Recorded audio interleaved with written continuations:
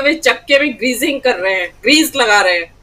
ये जो जो चक्के की व्हील की जो प्लान है ये ग्रीसिंग का काम करेगी, और गाड़ी जो है वो जो कहते हैं ना गड्डी जान दी छलांगा मार दी, तो वो उस तरीके से कांग्रेस की गाड़ी दौड़ेगी। देखिए आप, ये जो ट्रक वाला ड्राइवर की, ट्रक में जो सवारी की बात है राहुल गांधी की, आप यहाँ देखिए इंडिया में इतना ज्यादा पब्लिक को रेजोनेट किया और दिमाग मतलब लोगों को इतना अच्छा लगा कि इवन यूएस में बैठे जो एनआरआई है उनको भी बहुत अच्छी लगी ये बात कि अब देखिए प्लान करा उन्होंने भी कि भाई यहाँ भी राहुल गांधी ने वहां भी बताया कि भाई मैं वहां भी बैठना चाहता हूँ, और उन्होंने जो ये कंपैरिजन दिखाया इससे ठीक है भाई, देखिए वो डेवलप्ड कंट्री है, लेकिन एक नई तरीके का देखिए जो राहुल गांधी यहाँ बात कर रहे हैं, ऐसे ऐसे नहीं कि बेफालतू में बात करके और आ गए।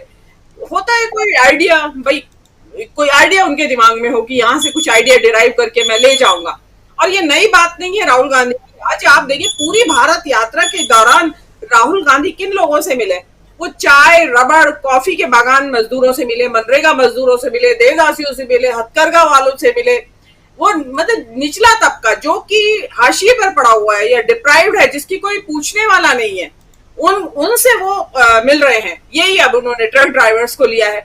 अब जैसे आपने बताया कि भाई व्हील प्लान है कि अब जो भी व्हील पे चल रहे हैं जितने भी लोग उनसे उनका मिलने का उनका कार्यक्रम है। पता चला इसी कार्यक्रम के दौरान राहुल गांधी किसी कोरियर या डिलीवरी बॉय, अमेजोन के डिलीवरी बॉय के साथ अचानक किसी के घर की घंटी बजा दी राहुल गांधी ने, और वो लेडी जो थी घर में थी अगर वो, तो वो भौचक्का रह गई। मुझे लगता है कि ये भी प्लान हो शायद।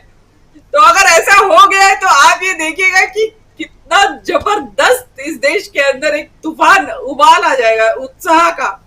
तो जो ये एक्चुअल में जनसंपर्क है, जो अभी मेरे से पहले भी बात कर रहे थे कि देखिए नेताओं की तकनीक की वजह से भी एक दूरी बन गई है पब्लिक के साथ। अब या तो नेता टीवी पे आ जाते हैं या सोशल मीडिया पे, ट्विटर पे, फेसबुक पे अपनी बात कही और निकल गए। अब ये जो राहुल गांधी भारत यात्रा के दौरान से और आज तक वो अनब्रेकेबल मतलब लगातार चल रहा है, वो ब्रेक नहीं आया है उसके अंदर, उनका लगातार जनसंपर्क अभियान जारी है। आपको ध्यान होगा कि भारत यात्रा के दौरान राहुल गांधी ऐसे मोटर मैकेनिक से भी मिले जिनके ग्रीस में कपड़े बिल्कुल मैले कुचैले हो रहे हैं, और वो उनके साथ गले लगा के उनके साथ बात कर रहे हैं। तो ये सब चीजें लोगों के हार्ट दिलों को छूती है। जहां की आज नेता बिल्कुल कलफ दिए हुए बुर्राक फैशनेबल डिजाइनर कपड़ों में सामने आते हैं, तो उनको ये ऐसा नेता जो कि कभी फिल्मों में दिखाया जाता था, पुरानी फिल्मों में, कि जो पब्लिक के बीच में बैठा है, तो उनको लगता है ये तो भाई पुरानी फिल्मों वाला नेता उतर के आ गया है, उनको विश्वास नहीं हो रहा है। आपने देखा भी होगा, भारत यात्रा में भी देखा, और आज भी विश्वास नहीं हो रहा है किसी को। तो जो राहुल गांधी का, और एक फिर उनकी प्लेजेंट है पर्सनालिटी, चेहरे के ऊपर उनके भाव जो है वो टेंशन नहीं होता, और ना किसी तरह के नेगेटिव इमोशंस उनके चेहरे पे दिखाई नहीं देते। आपने देखा होगा एक्सप्रेशन जो है ऑलवेज प्लेजेंट रहते हैं। तो आप एक तो आपके एक्सप्रेशन इतने प्लेजेंट है, और ऊपर से आप जो जिन लोगों के साथ आपका कोई राब्ता नहीं, उनके साथ उनके स्तर पे उतर के बात कर रहे हैं, नीचे बैठ जाते हैं, फर्श पे बैठ जाते हैं, कहीं भी बैठ के उनके साथ आप बात करने लगते हैं, तो ये चीजें डेफिनेटली इंसान के दिल को टच करती हैं। और ये कांग्रेस के लिए एक बहुत ही मुफीद रहेगा ये राहुल गांधी का ये जो नया एक ये अभियान चलाया है उन्होंने, या ये कह दीजिए कि एक नई चीज उन्होंने ली है। तो डेफिनेटली ये जो भी प्लानर्स हैं वो ट्रक यात्रा से इंस्पायर हुए हैं, और जो जोमेटो और ये इन लोगों जो गिग इकोनॉमी के लोग थे उनके साथ जो राहुल गांधी ट्रेवल किए थे, उसका जो रिस्पांस आया है, तो उसी को अब एक्सटेंड करने की उन्होंने सोचा है। और इसमें और भी मुझे लगता है कि और भी, क्योंकि आइडियाज की कमी नहीं होती है लोगों के पास, तो और भी बहुत सारे आइडियाज आएंगे। और बाकी रही देश की बात, अभी 40% कमीशन की आपने बात की कि उन्होंने मुकदमे ठोकने की बात की है, नोटिस दिया है। कांग्रेस ने क्यों नहीं दिया, उल्टा नोटिस देते 2G वाला, 2G के ऊपर नोटिस देती। इन्होंने कितने भाषणों में 2014 का भाषण ही 2G के घोटाले के ऊपर जीता गया, और निकला क्या उसमें कांग्रेस। और इनका जो 40% कमीशन वाले जो बात है वो तो वही फुस हो जाती है जो वहां सुसाइड नोट है जो एक कॉन्ट्रैक्टर का, जिसने कहा है कि इतना परेशान करते हैं काम के लिए कि देना पड़ता है हमको, तो अब हमारे बर्दाश्त से बाहर हो रही है। तो ये तो जो एक निराशा या हताशा का जो माहौल है वो भाजपा का यहाँ दिखाई दे रहा है। जो काम करने का है, मणिपुर देखिए चल रहा है मणिपुर, और वहां पे हेमंत बिस्व शर्मा क्या सुझाव दे रहे हैं कि जो कुकी और मैतेई जो जो दोनों ट्राइब्स के बीच में जो झगड़ा चल रहा है, मैतेई जो है वैली में रहते हैं और कुकीज हिल्स के ऊपर रहते हैं, तो वो कह रहे हैं कि इन दोनों के बीच में एक बफर जोन बना दें और वहां पे आर्मी बैठा दीजिए। मतलब आप सीधे सीधे बंटवारे की बात कर रहे हैं एक स्टेट के, और आप आर्मी के बल पे राज करेंगे मणिपुर में, और आप मतलब दो जनजातियों का झगड़ा नहीं संभाल पा रहे, आप काहे के खाक 56 इंच है। तो उनकी प्रायोरिटीज अलग हैं, और प्रोबेबली देखिए इस वक्त तो मोदी जी की प्रायोरिटी शायद इस वक्त तो शायद जो घर है वो ट्रायल रूम बना हुआ होगा ड्रेसेस का, और ड्रेस रिहर्सल्स हो रही होंगी 22 तारीख के लिए।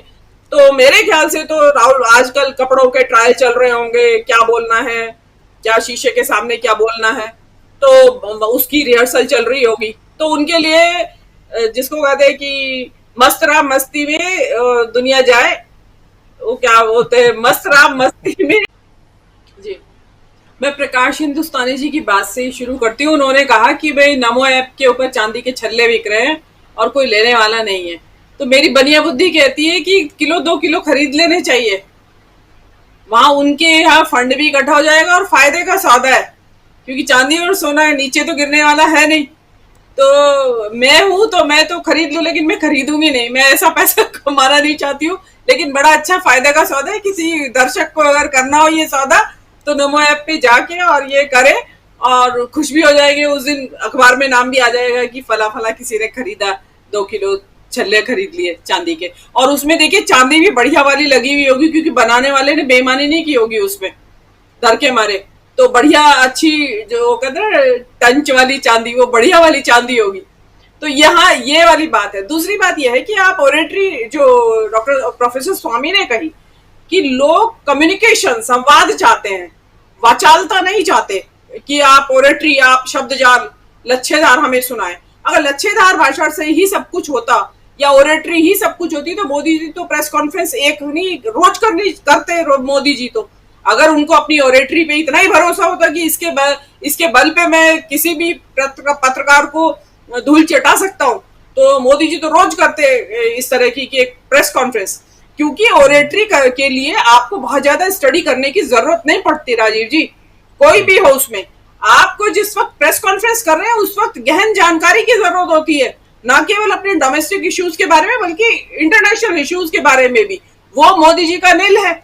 वो तो भाषण भी जो इस ओरेटरी की हम तारीफ कर रहे हैं वो भी टेलीप्रॉम्प्टर से करते हैं, वो सारी पोल खुली हुई है अब तो काहे के ओरेटर जो टेलीप्रॉम्प्टर से देख के कर रहा है वो काहे का ओरेटर। और रही ओरेटर की बात, तो मनमोहन सिंह तो ओरेटर थे ही नहीं, ना के बराबर थी उनकी ओरेटरी। तो इनफैक्ट क्लैरिटी भी नहीं थी, बोलते थे बहुत, इंग्लिश के महान जानकार थे, हिंदी हो चाहे इंग्लिश, लेकिन बहुत समय ताकत लगानी पड़ती थी, दिमाग लगाना पड़ता था उनकी भाषण को समझने में। लेकिन उन्होंने जो परफॉर्म किया 10 साल जो सरकार चलाई, जो जीडीपी ग्रोथ रेट रहा इस देश का, और आज जहां देश आज 2014 में वो छोड़ के गए थे, बता दीजिए कहाँ है अब देश। अगर ओरेटरी ही सब कुछ होती तो मनमोहन सिंह की सरकार का 0 परफॉर्मेंस होना चाहिए था। तो बोलने में उनका महारत हासिल है, क्योंकि उनको संघ में जो है ये सिखाया जाता है प्रचारकों को कि भाषण अच्छा कैसे दें, और उसमें किसी को होता है कि भाई समझ गए वो चीजें और वो बोलना शुरू कर दिया। और जो वो ओरेटरी करते भी है उसमें होता क्या है, उसमें सांप्रदायिकता का भाव होता है, उसमें तंज होते हैं विपक्ष के ऊपर, उसमें विपक्षियों को तरह तरह के गंदे अभद्र अश्लील नामों से वो पुकारते हैं, कभी दीदी ओ दीदी करते हैं, कभी जर्सी की गाय बताते हैं, कभी जर्सी गाय का बछड़ा बताते हैं, कभी 50 करोड़ की गर्लफ्रेंड बताते हैं। अगर ये ओरेटरी है तो ऐसी ओरेटरी को तो दूर से ही प्रणाम है। मैं तो इसे ओरेटरी नहीं कहूंगी, मैं तो इसे अश्लीलता कहूंगी, अभद्रता कहूंगी कि आप इतनी गंदी गंदी भाषा का इस्तेमाल अपने भाषण में करते हैं। और इसके बरक्स अगर राहुल गांधी को रखे तो देखिए, अगर डिबेट होगी ना तो ओरेटरी में राहुल गांधी को वो भले ही उस डिबेट के दौरान पप्पू कह के चुप कर दे, या उसको कि तेरी गर्लफ्रेंड इतने की है और तेरी माँ जर्सी की गाय है, वो कह के भले ही चुप कर दे, लेकिन बौद्धिकता के स्तर पे वो राहुल गांधी से नहीं जीत सकते। राहुल गांधी आंकड़ों के साथ बात करेंगे, पूरे फैक्ट्स के साथ बात करेंगे, फिगर्स के साथ बात करेंगे। तो मोदी जी अगर कर ले ऐसा तो मैं तो बैट है मेरी कि नहीं कर सकते वो। और अभी मुझे तो 22 तारीख का इंतजार है कि वहां वो प्रेस कॉन्फ्रेंस करेंगे या नहीं करेंगे, या गला बैठ जाएगा उनका उस दिन। मुझे तो इस चीज का इंतजार है। जी राजीव जी। जी, 22 तारीख का सबको इंतजार है। अमेरिका में